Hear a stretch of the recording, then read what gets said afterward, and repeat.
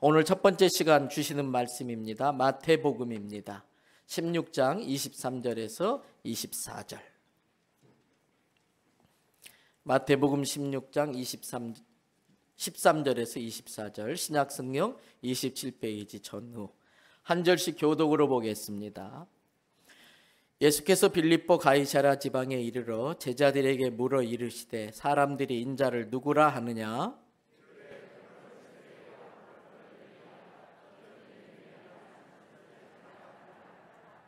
이르시되 너희는 나를 누구라 하느냐?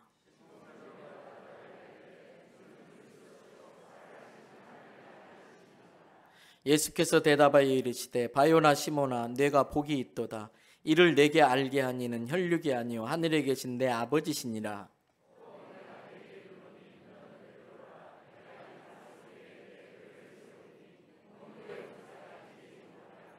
내가 천국 열쇠를 내게 주리니 내가 땅에서 무엇이든지 매면 하늘에서도 매일 것이요 내가 땅에서 무엇이든지 풀면 하늘에서도 풀리리라 하시고,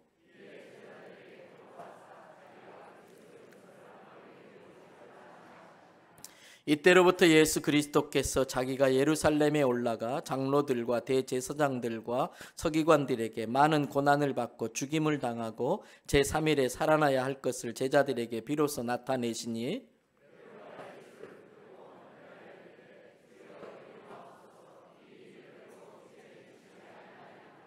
예수께서 돌이키시며 베드로에게 이르시되 사탄아 내 뒤로 물러가라. 너는 나를 넘어지게 하는 자로다. 네가 하나님의 일을 생각하지 아니하고 도리어 사람의 일을 생각하는도다 하시고, 이에 예수께서 제자들에게 이르시되 누구든지 나를 따라오려거든 자기를 부인하고 자기 십자가를 지고 나를 따를 것이니라. 아멘. 할렐루야. 오늘 강사님으로 오신 이문환 목사님 굳이 소개할 필요가 없습니다. 왜? 이분 알아봤자 아무 소용이 없습니다. 우리 목사님도 아니고 남의 교회 목사님이시고, 중요한 건 이분이 전하시는 예수님이십니다. 성남 신흥교회에서 아주 목회를 크게 하고 계시고 또 우리 교단을 위해서 여러 가지로 섬기십니다. 그런데 그러한 것들은 예수님 앞에 아무것도 아니지요. 중요한 건 이분이 만난 예수님, 이분이 전하시는 예수님일 줄로 믿습니다. 오늘 제자입니까 제목으로 말씀 전할 때에 하나님께서 주의 사자를 통해 교회와 성도들에게 주시는 음성을 들을지어다. 아멘. 우리 목사님 박수로 모시겠습니다.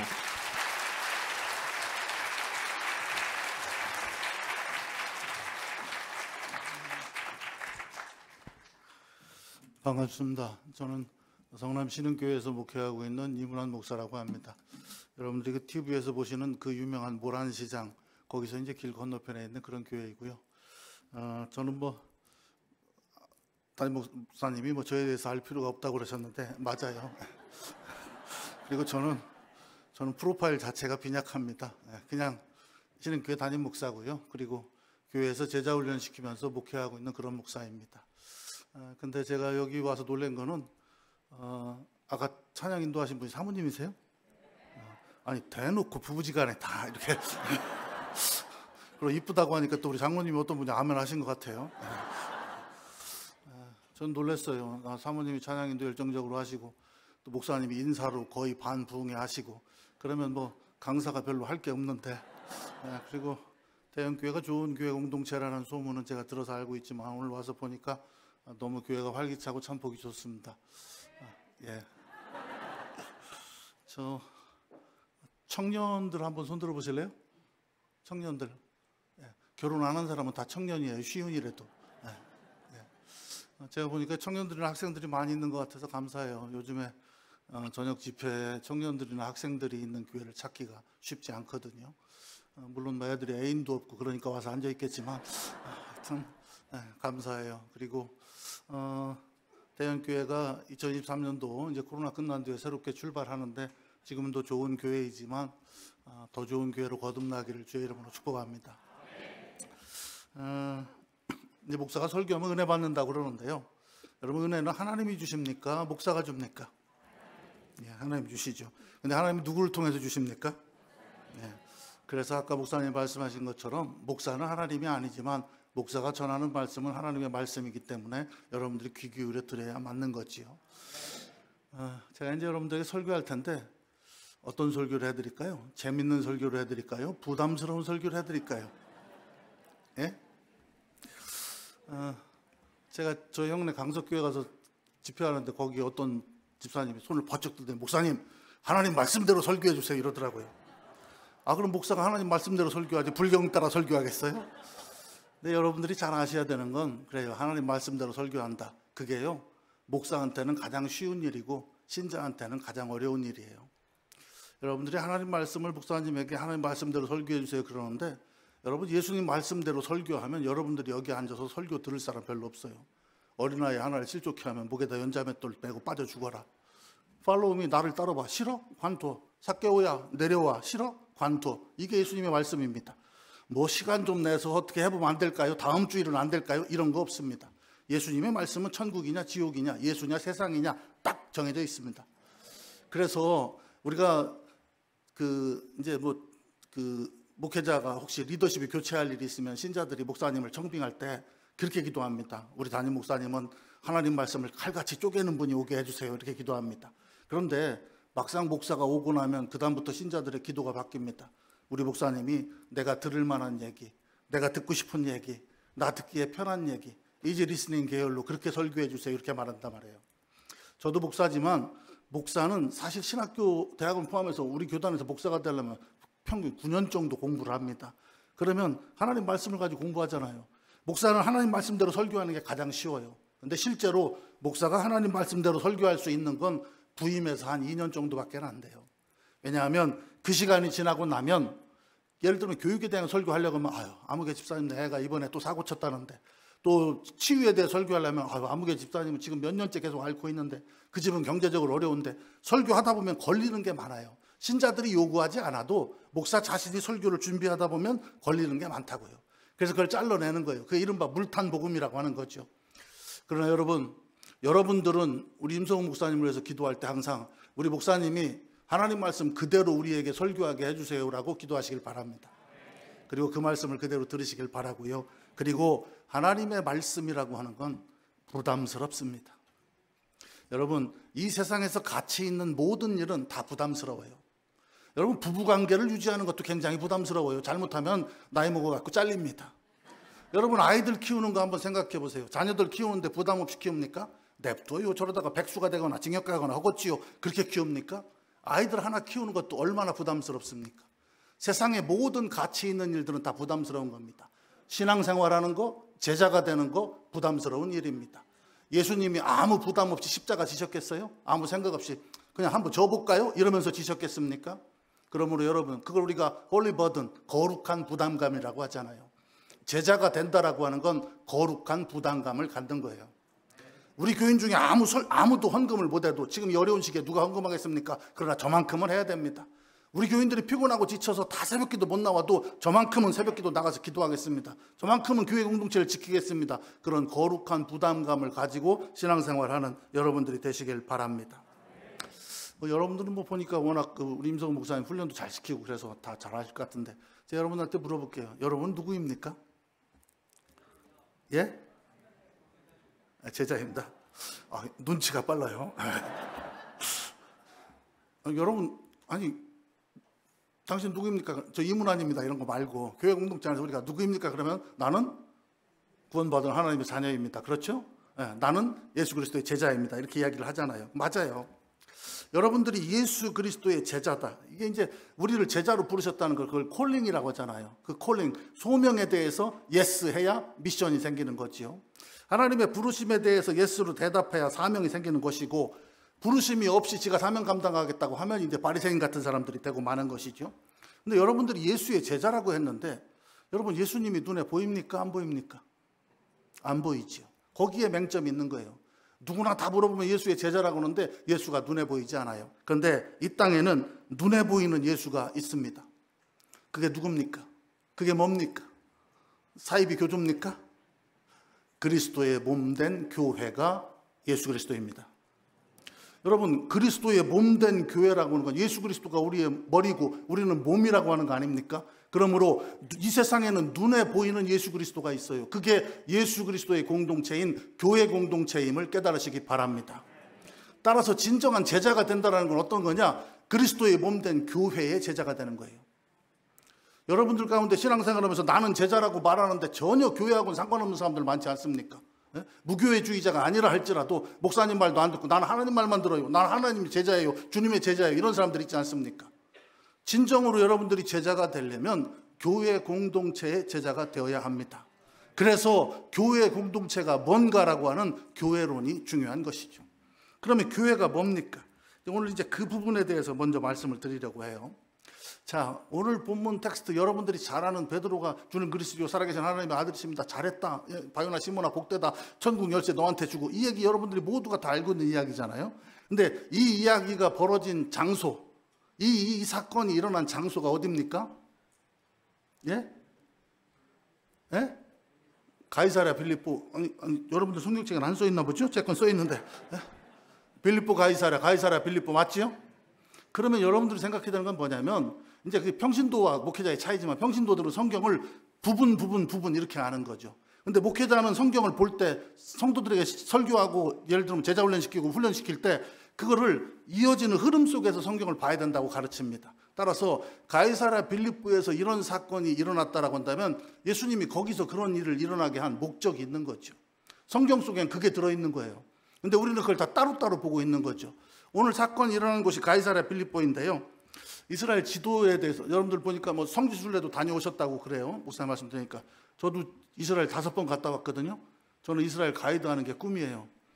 우리 성도들과 함께 이스라엘에 가서 현지에서 성경을 가르치고 하는 게 너무너무 행복해요. 김신산 목사하고 다녀오셨다고 했는데 잘하셨어요. 최고의 베테랑이죠. 최고의 구약학자고 잘하셨어요.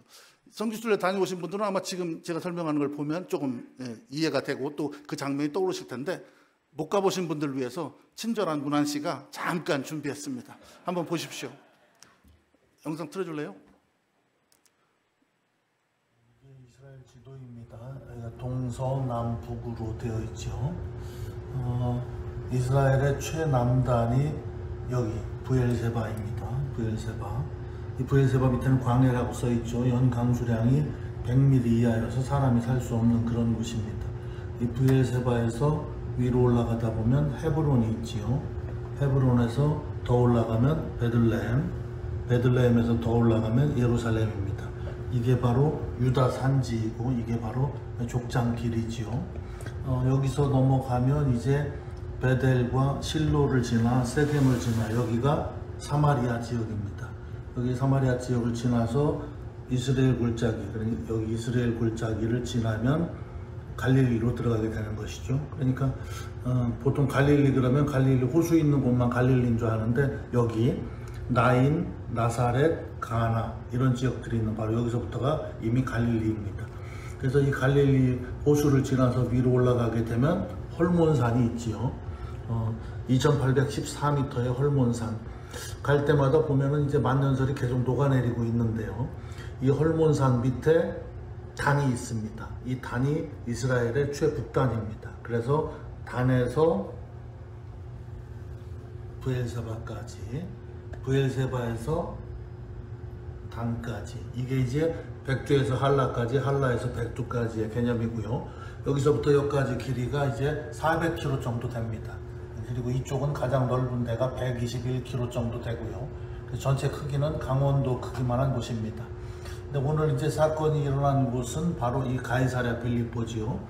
이 얼몬산에서 이제 그 세 개의 스트림이 흐르게 되는데 하나는 이 두로와 시돈, 그 베니게, 지금 레바논 지역이죠. 이쪽으로 흐르는 스닐 스트림, 그 다음에 단을 지나가는 단 스트림, 그 다음에 가이사랴 빌립보를 지나가는 바니아스 스트림, 이 세 개가 흘러내려서 갈릴리 호수로 들어가게 되고, 이 앞에 부분을 이제 원래는 상부 요단강이라고 부르고 갈릴리에서 사해까지 가는 여기를 하부 요단강이라고 부르는데 보통은 이거를 요단강이라고 부르죠. 근데 보시면 알겠지만 이 요단강이 이렇게 계속 굽어내려서 흘러내리게 됩니다. 그래서 성지순례를 가보시게 되면 여기 베다니는 이게 이제 요르단 지역인데요. 이쪽 요르단이니까요. 여기가 이제 그 마리아 마르다와 관련된 그 베다니는 이 예루살렘 밑에 있는 곳이고, 이 베다니는 예수님의 세례터입니다. 세례터인데 여기를 가보게 되면 이스라엘과 여기가 뭐 거의 가까이서 보일 정도의 그런 작은 또랑처럼 생긴 그런 곳에서 서로 국경을 마주대하고 있죠. 그런데 실제로는 이 요단강이 작은 물줄기처럼 흐르지만 우기가 되면 이게 통으로 넘쳐서 그래서 넓게 흐르게 되는 게 이제 요단강이 되겠습니다. 오늘 이제 이 본문의 장소가 되는 가이사랴 빌립보, 이곳이 이제 현재 지명은 바니아스인데요. 바니아스라고 부르는 이유는 뭐냐면 여기에 바로 판신전이 있었기 때문입니다. 판신 사진을 띄워줘 보세요. 예. 저 가이사랴 빌립보 아마 성지순례 다녀오신 분들은 그 바니아스 스트림이라고 폭포 물 많이 떨어지던데 기억나시죠? 예, 거기가 이제 바니아스인데 거기가 원래 이름은 파네아스입니다. 거기가 파네아스라고 불렀던 이유는 거기에 판신전이 있었기 때문이에요. 그 판이 누구냐면 제우스의 손자고 여러분이 좋아하는 헤르메스의 아들인데, 사진 보실래요? 저렇게 생긴 애입니다. 저 염소 같이 생기고 밑에 발굽 있고 한 저게 이제 판신입니다. 근데 이 가이사랴 빌립보에는 저 판신을 섬기는 신상이 있었던 곳이에요. 그래서 그들이 파네아스라고, 판신을 섬기는 곳이라고 부르다가 아랍 사람들이 피 발음을 못하니까 바네아스라고 부르다가 바니아스, 그래서 지금은 바니아스라고 하는 명칭으로 굳어진 곳입니다. 그러니까 저기에서 중요한 것은 그 가이사랴 빌립보가 예수님이 거기서 그 제자들에게 물어보셨는데 바로 거기에는 우상 숭배의 신상이 서 있는 그런 곳이었다, 이런 이야기죠. 또 하나는 거기가 이제 가이사랴 빌립보인데, 가이사랴가 뭐죠? 예? 가이사랴, 가이사, 로마 황제를 일컫는 말이죠. 그래서 여러분들이 그 성지순례를 가보면은 이제 이스라엘의 수도인 텔아비브 구 요바항이죠. 거기서 위쪽으로 올라가다 보면 가이사랴가 있습니다. 지중해 연안에 있는. 거기가 이제 사도 바울이 끌려간 곳이죠. 그리고 고넬료가 있었던 곳. 근데 그 가이사랴를 헤롯 1세, 그러니까 헤롯 대왕이 로마 황제에게 바치는 곳이라 그 지명을 가이사랴라고 부른 거예요. 그러니까 그 아들인 헤롯 빌립 2세가 자기가 수도로, 그 이두메 수도로 있는 그곳에서 그곳을 황제에게 바치면서 구별하기 위해서 가이사랴 빌립 가이사랴 이렇게 이름을 붙인 겁니다. 그러니까 그곳을 바친 그 황제가 바로 빌립 2세였는데요. 이 빌립 2세가 누구냐면, 여러분들이 그 세례 요한 죽인 사람이 누군지 혹시 아세요? 헤롯 안티파스입니다. 자기의 제수씨를 취해갖고 그래서 그걸 죄를 지적하니까 죽였잖아요. 근데 그 헤롯 안티파스가 그 여자, 그 헤로디아하고 그 생일날 자기 딸에게 춤을 추게 하잖아요. 그 딸이 살로메라고 하는 여자인데 그 딸하고 결혼한 사람이 헤롯 빌립 2세입니다. 그러니까 뭐 이쪽으로 보면은 조카이자 뭐 손녀뻘 되는데 하여튼 결혼한 그런 지저분한 인간이에요. 어쨌든. 그런데 여기에는 이 가이사랴 빌립보에는 황제 그 신상이 있었고 가이사랴에게 바쳤기 때문에, 그리고 우상 숭배인 판신전이 있었던 곳입니다. 그러니까 예수님이 거기 오셔가지고 뒤로, 여러분들 가이사랴 빌립보 가보신 분들 보셨을 거예요. 뒤로 우상의 신상이 있고 황제의 신상이 있는 그곳에서 제자들에게 물은 거예요. 내가 누구냐? 니들한테 내가 도대체 누구냐? 이렇게 물어보신 것입니다. 그래서 예수님이 가이사랴 빌립보에서 이 일을 일으키셨다는 얘기는 무엇을 의미하는 거냐면, 그때까지의 예수님은 이 갈릴리의 예수였습니다. 그런데 거기서 제자들의 신앙 고백을 받으시고 이제 십자가를 지러 밑으로 내려가십니다. 그래서 갈보리의 예수로 턴하는 그 터닝 포인트가 바로 가이사랴 빌립보고, 그 터닝 포인트가 되는 사건이 바로 오늘 본문에 기록되어 있는 이 사건이라고 하는 것이죠. 자, 이 사건은 여러분들이 뭐 너무나도 잘 아는 얘기인데, 예수님이 처음에 묻습니다. 사람들이 나를 누구라고 하느냐 이렇게 묻지요. 예수님의 이 질문의 본질은 뭐냐면 바른 신앙의 문제입니다. 도대체 내가 누구냐? 너희들이 믿는 예수가 도대체 누구냐? 너는 나를 누구라고 생각하고 믿느냐? 그런 질문입니다. 이게 왜 중요합니까? 사랑하는 여러분, 여러분들은 예수님을 어떤 분이라고 생각하고 믿으십니까? 여러분들에게 예수님은 누구입니까? 예? 아니, 실력이 없으면 시력이라도 좋으라고 거기 아까 보면 있잖아요. 예수님이 여러분들에게 어떤 분입니까? 그렇죠. 주는 그리스도 살아계신 하나님의 아들이십니다. 세상 사람들이 엉뚱한 얘기 막 하잖아요. 이 얘기는 무슨 얘기냐면, 여러분 잘 생각해 보세요. 우리가 예수를 믿는다 그랬을 때 예수가 너한테 누구냐 그러면 주는 그리스도 살아계신 하나님의 아들이십니다 라고 대답을 하는데, 실제로 예수는 어떤 사람이냐? 내가 믿는 예수는 병 고쳐주시는 분, 우리 아들 취직되게 해주시는 분, 내 사업 대박나게 해주시는 분, 이런 분으로 생각하고 예수를 믿는단 말이에요. 그러니까 예수님이 던진 이 첫 번째 질문은 근본적인 질문이에요. 네 신앙의 실체인 내가 도대체 너한테 누구냐라고 하는 걸 묻는 것이에요. 자, 그랬더니 우리가 모두 대답했던 것처럼 예수님의 제자들이, 세상 사람들은 그렇다 치고 제자들에게 너 내가 누구냐 물었더니 베드로가 그 유명한 신앙 고백을 하죠. 주는 그리스도시요 살아계신 하나님의 아들이십니다. 이렇게 대답을 합니다. 여기서 우리가 알아야 되는 예수님의 두 번째 질문은 본질이 뭐냐면 컨페션이에요. 고백이에요. 내가 예수가 어떤 분이라고 하는 걸 안다 하면 그 예수를 고백하면서 신앙생활을 하고 있느냐, 이런 얘기입니다. 그래서 베드로에게 그걸 물어보니까 베드로가 주는 그리스도시요 살아계신 하나님의 아들이십니다라고 고백을 하지요. 사랑하는 여러분, 제가 저희 교회 이제 22년 차예요. 그래서 이제 7년마다 안식년이니까 3번 안식년을 보냈는데 제가 첫 번째 안식년에 미국을 갔어요. 근데 제가 미국 가서 깜짝 놀랐어요. 왜냐면 거기 갔더니 거지가 영어를 하더라고. 그리고 유치원 다니는 애들이 영어를 해. 아니, 우리는 대학원 나와도 미국 사람 마주치면 말 씹힐까 봐 얼굴 돌리는데, 아니 걔들은 어떻게 그렇게 어린 애들이, 그리고 그 무식한 사람들이 어떻게 영어를 그렇게 잘할까요? 예? 왜? 거기가 어디니까? 미국이니까. 자, 여기서 이제 생각을 해봐요. 여러분은 어느 나라 사람입니까? 대한민국 사람이에요. 그러면 한국말은 잘해야 되겠죠? 영어는 못해도 별 문제 없어요. 영어는 요새 핸드폰 들고 다니면 걔가 다 알아서 해줘요. 그런데 중요한 게 있습니다. 여러분은 이중국적자예요. 여러분은 어느 나라 사람입니까? 그렇죠. 하나님 나라 사람입니다. 할렐루야. 요쪽에 하나님 나라 사람이 많은 것 같아요. 여기가 대답이 잘 나와요. 자, 그러면 우리가 하나님 나라 사람이라면 하나님 나라의 말을 좀 해야 되지 않겠습니까? 여러분들이 할 수 있는 하나님 나라의 말 간단합니다. 3개입니다. 아멘, 할렐루야, 샬롬. 요거 3개입니다. 자, 사랑하는 여러분, 지금 여러분들이 교회 공동체 안에 들어와 앉아 있어요. 여기는 하나님의 나라입니다. 그러면 하나님의 나라에서는 하나님 나라의 말을 사용하는 게 정상이지요. 네? 하나님의 교회에서는 할렐루야 찬양할 때 은혜 받으면 일어서서 찬양하고 아멘으로 화답하고 샬롬이라고 인상하는 게 당연한 겁니다. 근데 오늘날에 많은 교회들이 특히 코로나가 지나고 나서는 교회에서 누가 아멘하고 소리 지르면 모두가 눈 돌려서 레이저를 쏩니다. 시끄럽게 저게 뭐 하는 짓거리야, 이런 거죠. 그건 잘못되어 있는 겁니다.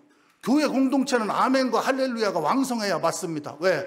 여기는 하나님 나라니까 하나님 나라 말을 못하는 사람이 부끄러워해야지, 하나님 나라의 말을 고백하는 사람이 부끄러우면 안 되잖아요. 손 들고 아멘 하신 분 큰 복 임할 겁니다.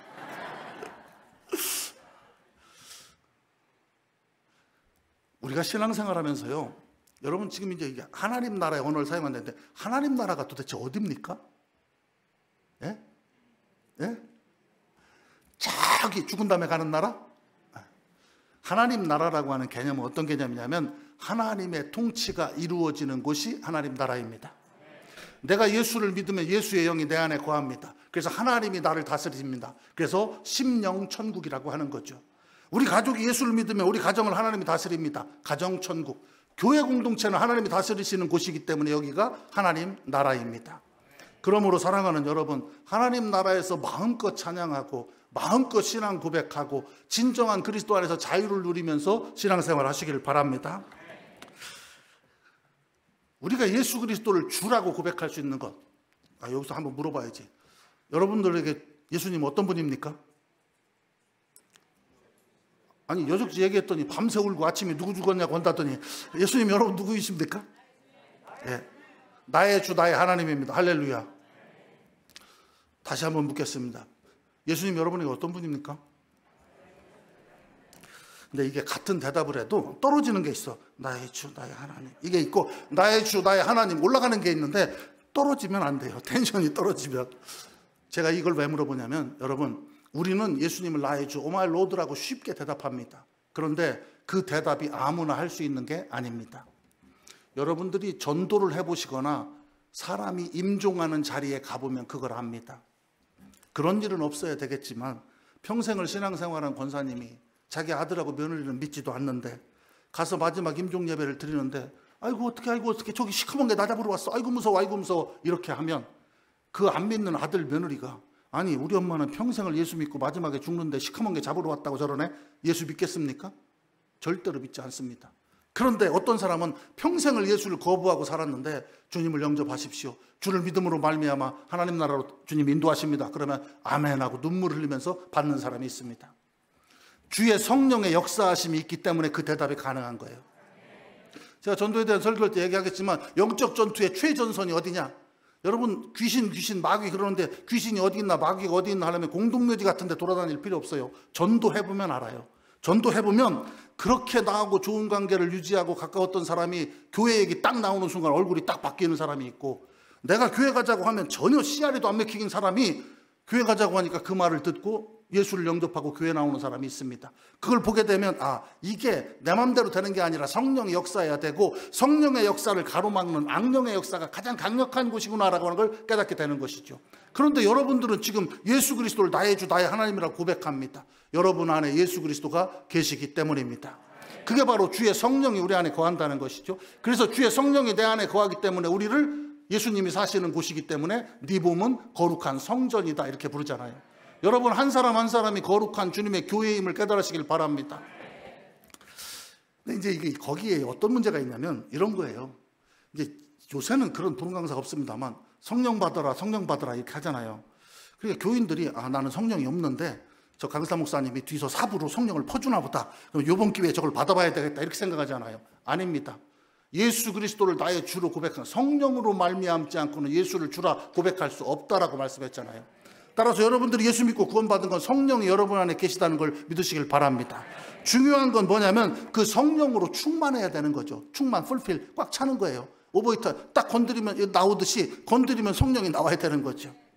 여러분들 안에 성령이 계신데 중요한 건 성령은 인격적인 신이어서 우리 안에 감동은 주시지만 강제하지는 않으십니다.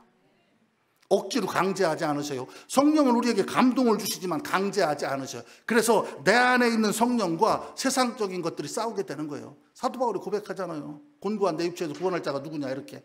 생명의 성령의 법과 죄와 사망의 법이 싸운다. 그러면 사도 바울 같은 사람도 그게 싸우는데 우리 같은 사람이 그거 싸우는 건 당연한 거 아니겠어요? 그리고 우리가 거기에 질 확률이 높지요. 그러나 여러분들은 지지 않습니다. 왜? 주의 성령이 계시기에. 그러므로 그 성령을 충만하게 하기 위해서 우리가 기도하고 열정적으로 사는 거죠. 여러분들이 지옥 갈까 봐 무서워서 헌금하거나 교회 나와서 예배드리는 게 아니에요. 여러분들이 묵상하고 기도하고 훈련하고 봉사하고 충성하고 하는 모든 것들은 주의 성령으로 충만해서 나를 구원하신 예수 그리스도의 능력으로 세상을 승리하면서 살기 위해서 그렇게 하는 것이에요. 그런데 여러분들이 이 초대교회 복음서를 읽어보게 되면 예수님의 사역을 분석해 보면 예수님의 사역은 간단해요. 먹고 전도하고예요. 먹는 이야기가 많아요. 그래서 교회 공동체를 말할 때 우리가 식탁 공동체, 밥상 공동체라고 하는 말을 씁니다. 여러분 함께 모여서 열심히 먹고 열심히 주의 일 합시다. 성령 충만을 받아라 라고 하니까 성령 충만이 없는 건 줄 알고 이 산으로 갔다 저 산으로 갔다, 그런 사람은 산신령을 믿는 거예요. 예수님을 믿는 게 아니에요. 여러분들이 적어도 1년에 한 번은 금식기도도 하고 산기도도 해야 맞습니다. 그런데 중요한 건 성령을 받으려고 여기저기 돌아다니지 마세요. 열심히 먹고 담임 목사님으로부터 하나님 말씀을 받고 그 말씀대로 순종하면서 사시길 바랍니다. 그게 바로 성령 충만을 이루는 길인 거예요. 자, 오늘날 교회 공동체의 문제는 그 성령이라고 하는 게 우리 안에서 역사하는 가장 좋은 그리스도의 영임에도 불구하고 그 성령의 역사하심이라고 하는 부분에서 충돌이 일어나가지고 교회가 갈라지고 있는 거예요. 쉽게 얘기하면 교회 안에서 성령 충만한 사람은 어떤 사람입니까? 할렐루야 이런 사람이 성령 충만, 그건 성대 결절이지 성령 충만이 아니에요. 성령으로 충만한 사람은 예수님을 닮아서 식탁 공동체를 즐기는 사람이 성령 충만한 사람이에요. 그러니까 여러분 교회 공동체에서 밥 잘 사는 사람이 성령 충만한 사람이에요. 우리 할머니가 늘 저에게 말씀했어요. 야, 사람은 밥 먹는 데서 정든다. 맞아요. 저도 목사지만 솔직히 여러분들도 마찬가지잖아요. 아무리 비싼 걸 먹어도 나하고 관계가 좋지 않은 사람하고 식탁을 같이 하면 집에 와서 소화제 먹어야 됩니다. 근데 나하고 관계가 좋은 사람들끼리 밥을 먹으면 라면을 먹어도 아무 문제 없잖아요. 그게 밥 먹는다고 하는 말의 의미인 것이에요. 그게 교회 공동체가 추구해야 되는 식탁 공동체가 뭔가를 보여주는 것이에요. 여러분들은 성령 충만한 사람이 되어서 식탁 공동체로 열심히 먹고 열심히 일하는 여러분들이 되시길 바랍니다. 자, 여기서 이제 베드로가 성령으로 충만해 고백을 했어요. 그러니까 주님이 말하잖아요. 야, 네가 한 거 아니야. 성령이 충만해서 한 거야. 잘했다. 칭찬을 받습니다. 근데 여기서 이제 우리가 여러분들이 아는 기본적인 상식으로 베드로가 그 신앙 고백을 했는데 예수께서 뭐라고 말씀하시냐면 내가 이 반석 위에 내 교회를 세운다 이렇게 말씀해요. 그죠? 그러면 이 반석이 뭡니까? 페트라, 베드로입니까? 네. 이걸 이제 베드로라고 해석하면 그게 캐톨릭인 거죠. 그래서 캐톨릭은 반석, 베드로 위에 교회를 세운다고 했기 때문에 노마교회 감독, 노마교회 베드로가 감독이었으니까 노마교회 감독인 교황이 하나님 말씀과 같은 권위를 가집니다. 천국 열쇠를 쥐고 있으니까. 그게 이제 캐톨릭이고, 우리는 그 반석을 베드로로 해석하는 게 아니라 뭐로 해석하죠? 그렇죠. 베드로가 고백했던 신앙 고백 위에 하나님의 교회를 세운다 이런 말입니다. 자, 그러면 여기서 우리가 처음으로 돌아가 봅시다. 교회 공동체의 제자가 되기 위해서는 교회가 뭔지를 알아야 된다고 했는데, 교회가 뭐냐 그랬을 때 교회는 사람들의 공동체인데, 어떤 사람들의 공동체?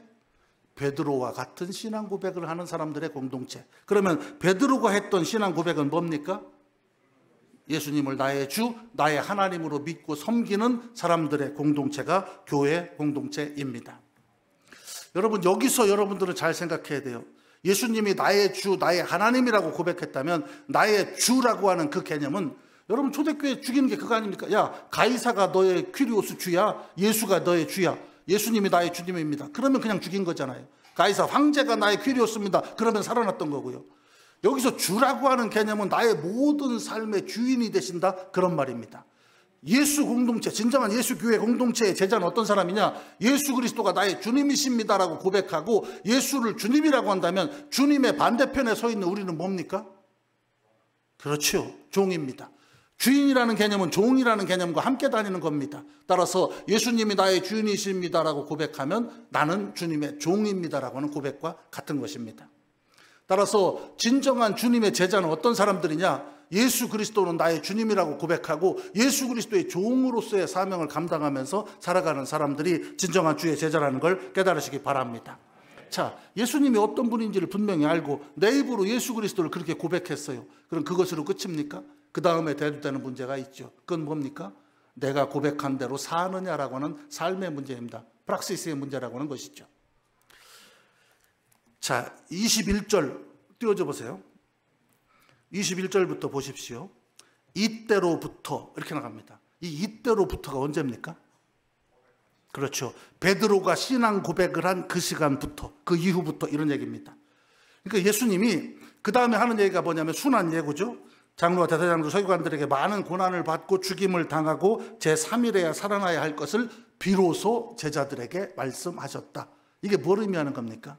예수님이 지금까지는 갈릴리의 그 많은 사역을 감당하면서도 제자들에게 예수님의 순환에 대해서 얘기하지 않습니다. 예수 그리스도의 궁극적인 목적인 십자가의 길에 대해서 말씀하지 않습니다. 그런데 베드로의 신앙 고백을 듣고 주는 그리스도이시오 살아계신 하나님의 아들이십니다 이렇게 고백을 하니까, 그래, 이제 네가 제대로 된 믿음을 가졌구나.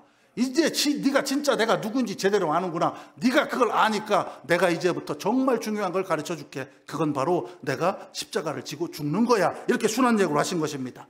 그랬더니 22절에 베드로가 예수를 붙들고 항변하여 이르되 주여 그리 마옵소서, 이 일이 결코 주께 미치지 아니하리이다.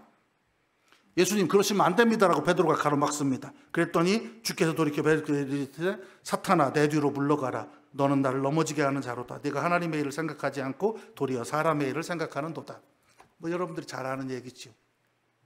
여러분, 이 이야기가 베드로의 신앙 고백이 있고 베드로에게 주님이 바요나 시모나 복되다 너에게 천국 열쇠를 준다라고 하는 그런 위대한 신앙 고백에 의한 칭찬을 들은 다음에 바로 예수님의 순환 예고가 이어지고 순환 예고가 나온 다음에 베드로가 이렇게 한 겁니다.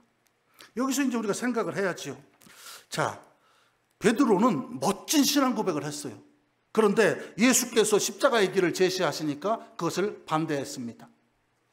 그러면 여기서 질문 들어갑니다. 베드로가 예수 그리스도의 십자가를 반대한 이유는 무엇입니까? 예? 뭐 아무거나 던지면 맞아요. 그냥 던져보세요. 예? 예, 맞습니다. 여러분들이 지금 생각하고 있는 게 맞아요. 근데 여러분들이 대답했다가 틀리면 지옥 갈까 봐 못하는데 괜찮아요. 예. 저는 뭐 여러분들 담임 목사도 아니고 저하고 같이 훈련하지도 않았잖아요. 디스커션 하듯이 그렇게 말씀하시면 되고요. 대답 잘못했다고 지옥까지 하나요? 괜찮습니다. 편안하게 말씀하시면 됩니다. 가장 중요한, 베드로가 예수님을 반대한 가장 중요한 이유는 뭐냐면 베드로가 예수님을 사랑했기 때문이에요. 자, 그런 일은 없어야 되겠지만 우리 임성우 목사님이 다음 주일날 강단에 올라와서 여러분, 제가 다음 주일로 교회를 사임하고 시리아에 선교사로 가겠습니다. 거기 가서 복음 전하서 잘못하면 목을 잘라서 참수하는데 제가 거기 가겠습니다. 이렇게 얘기를 했어요. 그럼 여러분 뭐라고 하실래요?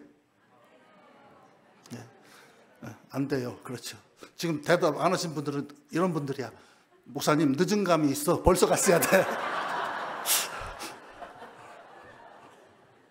여러분, 내가 담임 목사라도 내가 그렇게 얘기하면 우리 교인들이 나보고 가지 말라고 해야 내가 마음이 조금 편하지. 아유, 늦은 감이 있어. 벌써 갔어야 돼. 이렇게 생각하면 얼마나 가슴 아프겠어요. 여러분, 아니 세상에 자기가 스승으로 모시고 3년 반을 쫓아다녔는데 그분이 십자가 지고 죽는다고 하는데 아, 잘 됐네요. 가서 죽으세요. 이렇게 말할 제자가 누가 있겠습니까? 아, 예수님 그러시면 안 돼요. 큰일 나요. 이렇게 말하잖아요. 베드로는 예수님을 사랑했기 때문에 막은 거예요. 근데 여기서 우리가 생각해야죠. 베드로의 그 사랑은 인간적인 사랑이었어요. 여러분, 이 교회는 그런 사람 없겠지만 교회 안에서 문제를 일으키는 사람을 만나보셔요. 다 이렇게 말해요. 목사님, 내가 목사님을 사랑해서 그러는 거야. 내가 교회를 사랑해서 그러는 거야. 내가 그 신자를 사랑해서 그러는 거야. 다 이렇게 말합니다. 그 사람들의 말은 똑같습니다. 다 사랑해서 그런데요. 그런데 예수 그리스도에게 우리가 보여야 할 사랑은 내 개인적인 사랑이나 인간적인 사랑이 아니라 예수 그리스도를 통해서 우리가 보고 듣고 배운 주님의 사랑을 보여줘야 합니다. 그래서 베드로는 그렇게 멋진 신앙 고백을 했지만 그는 역시 여전히 연약한 인간이었던 거예요. 그러니까 예수님이 금방 그렇게 칭찬하다가 야, 이 마귀 새끼야, 내 옆으로 꺼져 이렇게 말하잖아요. 예수의 십자가의 길을 가로막는 사람은 누구도 예수님이 용납할 수 없다, 그런 말 아닙니까? 따라서 내가 생각하기엔 그게 아무리 그럴듯해도, 내가 생각하기엔 그게 진짜 목사님을 사랑하는 것 같아도 그것이 예수 그리스도께서 우리에게 제시하시는 하나님 말씀에 근거한 사랑에 어긋난다면 그건 올바른 방법이 아닌 것입니다. 두 번째 이유는 아까 말씀하신 거예요. 세속적인 부귀영화에 대한 꿈이에요. 이게 동상이몽이라고 하는 거죠. 적과의 동침이에요. 예수님이 계속 순환예고를 하시고 1차, 2차, 3차 예고를 하십니다. 그런데 마지막에 순환예고를 하고 이제 주님이 죽으러 가시려고 제자들을 발을 닦아주는데 거기 복음서를 읽어보세요. 제자들이 뭐합니까? 네가 크냐 내가 크냐를 갖고 싸우고 있잖아요. 그들의 생각은 이거예요. 마카베 장군이 백마 타고 들어와가지고 막 예루살렘 쓸고 개혁하고 혁명 일으켜서 성공했던 것처럼 예수님이 천군 천사와 함께 백마 타고 들어와서 노마 병정들 싹 쓸어버리고 그러면 여기에 새로운 나라가 서게 될 것이고 그러면 예수님이 진짜 왕이고 그러면 내가 지금 제자로 따라다니니까 나는 적어도 오른쪽 왼쪽 뭐 내무부 장관 뭐 국방부 장관 뭐 이런 것 좀 한 자리씩 차지하지 않겠어? 그런 생각들을 하고 있었다고 하는 것이죠. 예수 그리스도께서 이 땅에 이루는 나라, 예수 그리스도는 그 나라의 왕인 것은 틀림없지만 그것은 세속적인 나라가 아니라 하나님 나라입니다. 제자들은 그 하나님 나라를 착각한 거예요. 자기들이 비추는 최고의 투영된 그 나라를 예수가 이루는 나라라고 착각했던 거예요. 그래서 여러분 이제 그 계시록 이런 거 읽어보면 천국에 가면 길이 뭘로 돼 있대요? 황금으로 돼 있잖아요. 사과가 사파이어로 돼 있고. 그거 먹다 이빨 부러져서 어떻게 해오라? 그리고 만약에 길이 황금으로 돼 있으면 여러분들은 천국 가면 할 일은 딱 하나예요. 뭐예요? 삽 가지고 땅 파야지, 황금 파야지 되잖아요. 그런 개념들은 인간이 이 세상에서 가장 좋다고 생각하고 가장 값어치 있다고 생각하는 것보다 훨씬 더 귀한 나라가 하나님 나라고 하나님이 예비하신 나라는 그 보석보다도 더 귀한 나라다라고 하는 상징적인 개념이지 금은 보석으로 말할 수 있는 게 아니에요. 하나님 나라의 본질은 무엇입니까? 어린아이들이 사자들과 함께 뛰놀고 독사굴에 손을 넣어도 물지 않는 나라. 뭡니까? 사랑과 평화의 나라입니다. 할렐루야. 그 나라를 꿈꾸고 예수께서는 십자가를 지신다고 하는데 제자들은 지금 엉뚱한 얘기를 하고 있잖아요. 자기 사랑으로 덮어서 막 예수님을 자기 사랑 쪽으로 끌어들이려고 하고 그리고 지극히 세속적인 욕망으로 예수님의 가는 길을 막고 있는 것이죠. 마지막 이유는 뭐냐? 자기들이 자기 입으로 한 신앙 고백의 참된 의미를 몰랐기 때문이에요. 주는 그리스도시요 살아계신 하나님의 아들이십니다라고 고백했으면 예수님이 나의 주님이시기 때문에 이제부터 나는 예수님의 종으로 예수님의 제자로 살겠습니다라고 하는 고백인데 그 고백의 참된 의미가 그 고백에 따르는 삶이 뭔지를 몰랐다 이런 말입니다. 그냥 입으로만 고백한 것입니다. 그래서 예수님이 그들에게 진정으로 예수를 따르는 제자도의 본질, discipleship, 제자도 하면 항상 나오는 그 유명한 성경 구절을 여기서 예수님이 말씀하십니다. 그게 바로 24절 말씀이죠. 띄워줘 보세요. 읽어보십시오.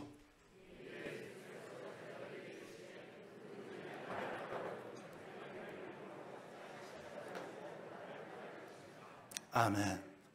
자, 여러분들이 이제 여기서 한번 생각해 보세요. 내가 알고 있는 가이사랴 빌립보에서 예수님이 사람들이 나를 누구라고 하냐, 니들은 나를 누구라고 하느냐, 바요나 시몬아 복되다, 천국 열쇠 너한테 준다라고 하는 얘기. 그 다음에 예수님이 순환 예고했더니 베드로가 반대해갖고 예수님한테 혼난 얘기. 그 다음에 지금 여기 나와 있는 제자도의 본질이 나를 따라오는 자기를 부인하고 자기 십자가를 지고 날마다 따라오라는 얘기. 이거를 다 따로 알고 있잖아요. 근데 그것은 따로 된 스토리가 아니에요. 하나의 맥락 속에서 나가는 것입니다. 그러니까 예수님이 가이사랴 빌립보에서 뒤에 황제의 신상이 보이고 우상 신상이 보이는 그곳에서 제자들에게 너희들에게 내가 누구냐라고 물은 것이고 그들로부터 바른 신앙 고백을 받으시고 신앙 고백에 합당한 삶을 살지 못하니까 그들에게 제자도의 본질을 던지게 되는 것이에요. 그래서 여기서 이제 여러분들이 제자 훈련이나 제자도를 하게 되면 나오는 중요한 단어가 나오는 겁니다. 예수님이 나의 주님이시라고 한다면 여러분의 삶에서 온전한 로드십을 이루어야 합니다. 로드십, 예수 그리스도의 주인 되심, 주재권, 왕권 이렇게 하는데요. 예수 그리스도가 내 삶의 진정한 주인이 되어야 한다 그런 말입니다. 예수 그리스도가 내 삶의 주인이 되면 내 삶의 모든 것들을 예수님이 주관하십니다. 그래서 예수님의 진정한 제자에게 나타나는 첫 번째 특징이 뭐냐? 프라이어리티가 바뀌는 거예요. 삶의 우선순위가 바뀌게 되는 것이에요. 왜? 예수님이 나의 주님이시니까. 내 시간을 어떻게 써야 돼요? 주님이 원하시는 것부터 써야 됩니다. 그러니까 예배 드리는 것부터 먼저 써야죠. 다른 거 다 하고 나서 시간 남으면 예배 드리는 게 아닙니다. 물질에 대한 우선순위도 누가 가지고 있습니까? 예수님이 가지고 있죠. 물질에 있어서 정직한 11조와 선교헌금, 감사헌금, 다양한 예물들을 드리는 것, 그거 내가 세상 거 다 쓰고 남으면 헌금한다? 여러분, 요즘 같은 세상에 쓰고 남는 돈이 어디 있습니까? 집집마다 다 난리 아닙니까 지금? 경제적으로 여유 있는 사람들이 몇 사람이나 되겠습니까? 여러분들이 진정으로 예수 그리스도를 따르는 주의 제자라고 한다면 이 시간에 오늘 들은 말씀을 마음에 새기면서 우리가 그렇게도 날마다 고백하는 주는 그리스도시요 살아계신 하나님의 아들이십니다라고 하는 이 고백, 그리고 여러분들의 삶에서 내가 주의 제자라고 한다면 내 삶에서 주님이 우선순위를 갖고 그 우선순위에 맞춰서 살아가야 되는데 내가 그걸 지금 제대로 살아가고 있는가? 내가 진정으로 구원받은 성도답게 그 길을 제대로 걸어가고 있는가? 한번 자신을 돌아보시기 바랍니다. 오늘 첫 시간 설교하는데 제가 말이 굉장히 빠르죠? 네. 충청도 사람인데 말 빨라서 놀랬죠? 제가 이렇게 말이 빠른 이유는요, 12시 귀신 때문에 그래요. 12시 귀신이 뭔지 알죠? 주일날 11시에 예배 시작하면 12시 되면 앞에 앉은 권사님들이 가방 챙기잖아요. 목사님 빨리 끝내. 눈으로 레이저 쏘면서 빨리 끝내 이러잖아요. 그래서 주일날 설교 25분? 뭐 어떤 때 20분 할 때도 있어요. 제가 굉장히 짧게 해요. 그리고 제가 말을 굉장히 빠르게 합니다.